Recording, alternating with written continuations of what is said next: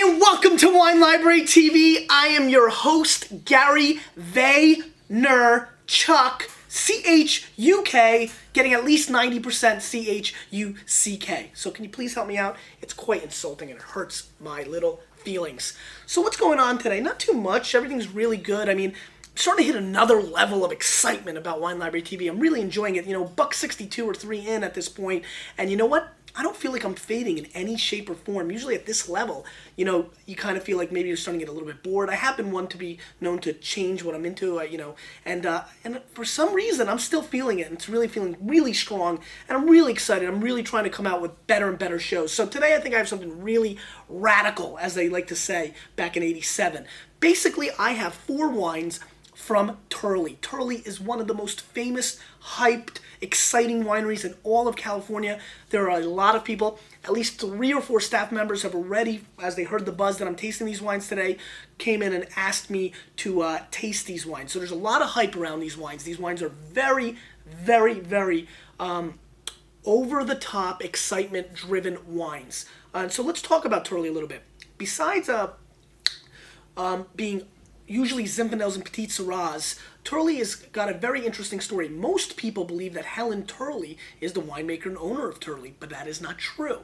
The owner is her brother Larry Turley, and the winemaker is Aaron Jordan, also the winemaker at Nyers and his own winery, Falia. So that's something a lot of people don't know. Now, Helen did start out being the winemaker from 93 through 95, I believe, or 92 to 95, somewhere in that range, but she has not been making the wine since the 95 vintage, or the 96 vintage. I'm not exactly sure how that all lays in, but I will tell you this. She is no longer the winemaker and has no ownership or anything to do with these wines. Now, Helen Turley, if you don't know as you're watching this, is really considered one of the best 5 or 6 winemakers in all of California, regularly called the wine goddess. I mean, she is big time.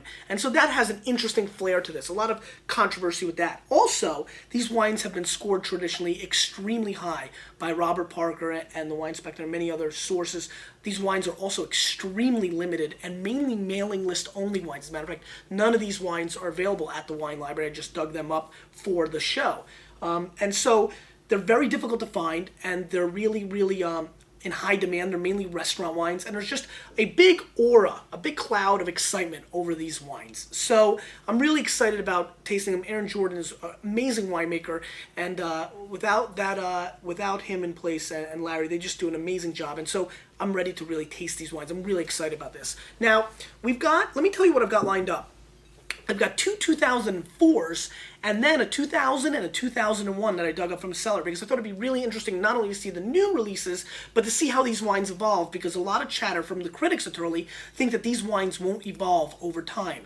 Now, a lot of people like to taste the older wines last, but I like to taste them first sometimes, the nuances, and a lot of times the younger wines are so big and so heavy on the tannins that it kind of takes away a little bit from the older wines. So what I'm starting with first is the 2000 vintage Turley Moore Earthquake Vineyard Zinfandel. And this wine scored 92 points from Robert Parker, and these days is retailing for about $100 US retail and can get much higher at the premium wine lists of big-time restaurants. So again, Earthquake Moore, great vineyard. They do some great stuff. We also have the 2001 next, so I'm excited about this. It's got some not the darkest color I've ever seen for a Zinfandel. Now this one is, and one of the legendary things about Turley is the alcohol levels. 15.7% alcohol on this. And now this is a 2000 vintage, so we're 7 years away. It'll be really interesting to see how this wine has evolved. And let's give it a whirl. The nose is coming through very interestingly. I'm getting a lot of black currant, a little hint of licorice, but there's definitely some sweetness coming through on the nose, almost like a fruit punch. But very lively, very young on the nose.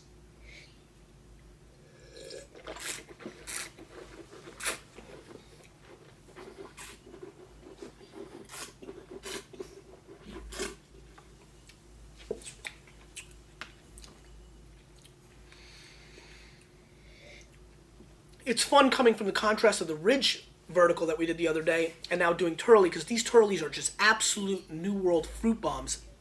This wine, I find, has very high alcohol, and I'm worried that some of the big fruit that this wine had in its youth has gone away, and now we're just getting stuck with the 15.7 alcohol. I find this wine really disjointed. I'm really worried about this wine, actually.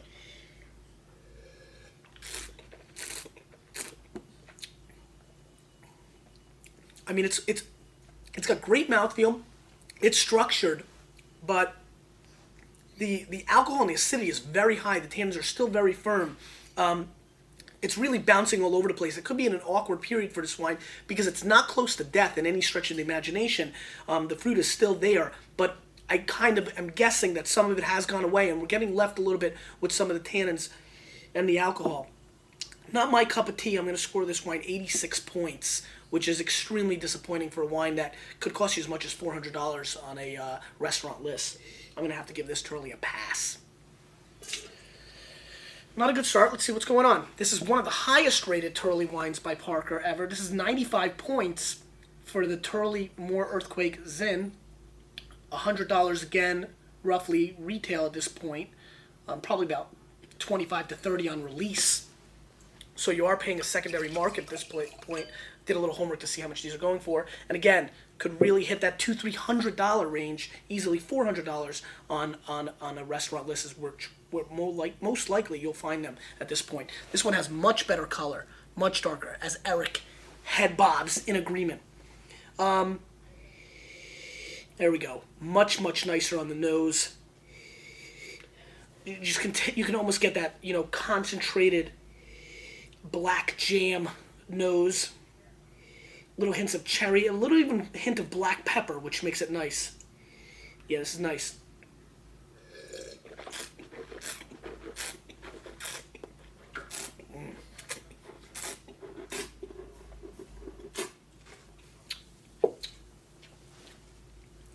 Remarkable difference. Now, 2001 is considered much better than 2000 in California, so this gives the critics a lot of credit because this is much better wine. You're getting a lot of tannins in this wine. There's a lot of structure. Again, critics of Turley that say these wines won't last, you need to go home. And this 01 is a baby.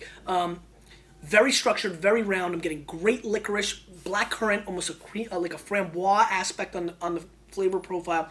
Massive dark chocolate coming through on the mid palate, through the finish. Great mouthfeel. Well integrated in its body and complexity. This is a very serious bottle of wine, and this is a perfectly executed bottle of Turley Zinfandel, like many I've had. I've actually been very hot and cold with Turley. Sometimes I love them, sometimes I hate them, but this is a super example.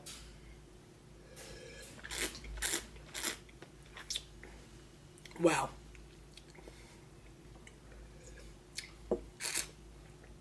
Wow. Wow, this is one of the best Zinfandels I've had in the last 24, 36 months. I am off the charts with this wine. Let's go 96 points on this. Absolutely, 96 plus. Absolutely fantastic. Great effort. Unbelievable. Nice. Let's move on. Now we're getting into the newer wines. This is the 2004 Dogtown Zinfandel. Dogtown Zin. And I'm pretty excited about this. This should be pretty good. Let's see what this is all about. Now, this wine is scored 87 to 89 Parker, which is quite low for a Turley, so I'm excited about that. This one retails for about $45. And let's see what's going on here. Again, what I'm really excited about this lineup is I know how many people are really into the Turley name and brand and wine, so I'm excited about tasting this for you. Getting a little bit of orange zest on the nose, which is unusual for a Zinfandel. But very tight nose. I'm getting a little, almost like a little hint of cherry, but very subtle, almost like a cherry cola more so. Not too much going on with the nose. These wines have been open for about 3.5 hours.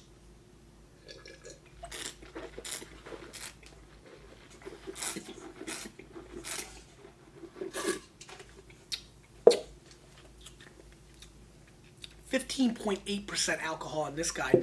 Back to the 01 just real quick because I know I mentioned 15.4. This is the moment where I wish technology has caught up and you were able to taste these side by side, because this would be an amazing opportunity to learn something.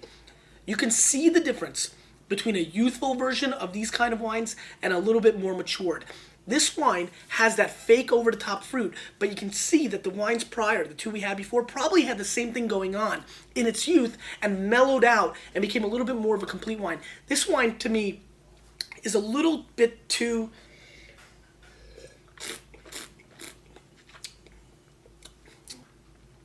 sugar water, jam mixed with sugar and mixed with water, jam, sugar, water.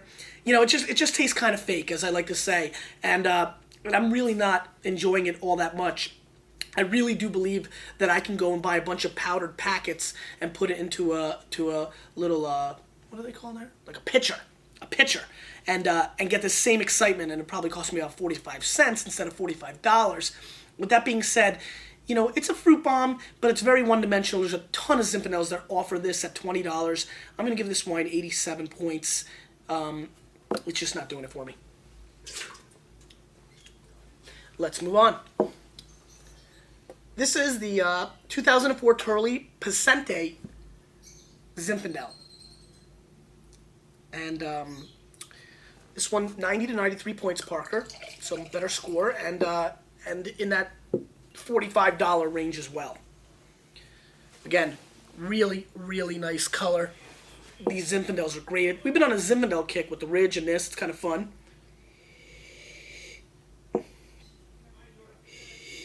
Much more serious nose. There's a lot of very grapey smell going on. I know, not so complicated, right, guys? But I'm talking about the sticker from 1986 that you would, scratch and sniff grape coming through on this. Actually, even better, Big League Chew. Admit it, you had it. You thought you were cool. It'd be in your mouth. I know you went over 4 that day. Anyway, this is really great Big League Chew coming through on the nose with a little bit of hint of clove. Definitely a little hint of clove. Let's see what's going on here.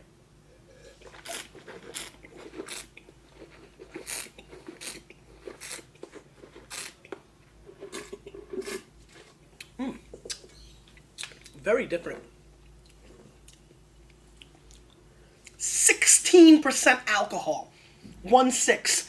16 reminds me of Vinny Testaverde, that darn traitor. I don't like you, Vinny. If you're watching, I don't like you. He's a Patriot quarterback now. Can you believe this? Anyway, a little undertone of green asparagus covered with mounds of sugar, candy, and lots of fun for your teeth. This is an over-the-top fruit bomb, but done right. I really like the complexity, the mid-palate. Reminds me a little bit of the structure that you would see in a Côte Rôtie. This wine has Northern Rhone characteristics, yet added with lots of fun from Australia. So it's like taking about 30, 40 kangaroos and throwing them out of the plane with parachutes and landing right smack into the Rhone. That's what this wine reminds me of.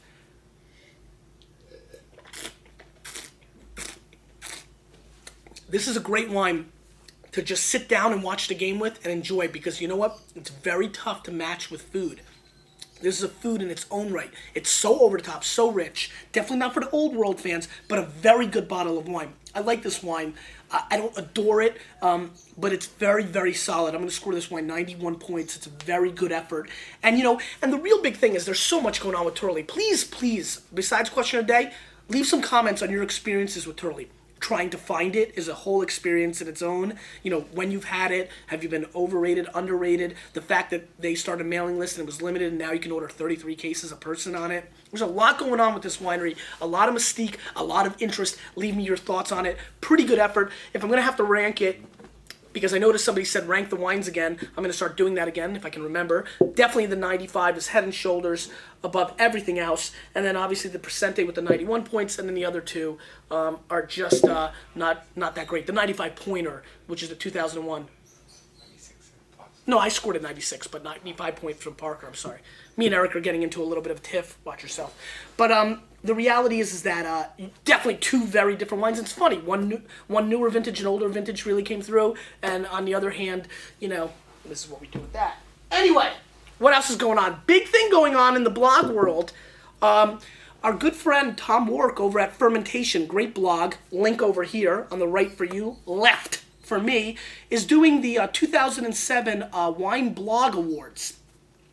the American Wine Blog Awards, as he calls it. And, I kind of want to be nominated. So if you get the hint, I think Best Overall Blog is good for me. Best Video Blog is very good for me. And maybe there's about 5 or 6 categories. Maybe the third one's what? Oh, that's right. Best Review Site. So if you want to go check that out and nominate, that would definitely not be the worst thing in the world that ever happened. Other than that, not too much. I'm going to Los Angeles tomorrow. I'm going to tape an enormous amount. I'm going to tape 3 shows tomorrow, and I'll be going to LA. I won't be back really here until Tuesday, so I'm going to do that. Tomorrow will be a lot of fun. We're going to drink a lot of wine. And other than that, the question of the day, which is a very, very, very important question, which is this. You eat tartare. I'm a huge tartare fan. Tuna tartare, steak tartare, salmon tartare. I'm a huge tartare fan. Do you like tartare? I like tartare. What do you drink with tartare? Tartare? Tartare. What do you have with steak tartare, tuna tartare, and salmon tartare? What is your favorite matchup? I want to know for personal use because I want to mix it up a little bit, and I'd love for you to help me out a little bit. Can you throw me a bone? I help you out. You, with a little bit of me, we're changing the wine world, aren't we?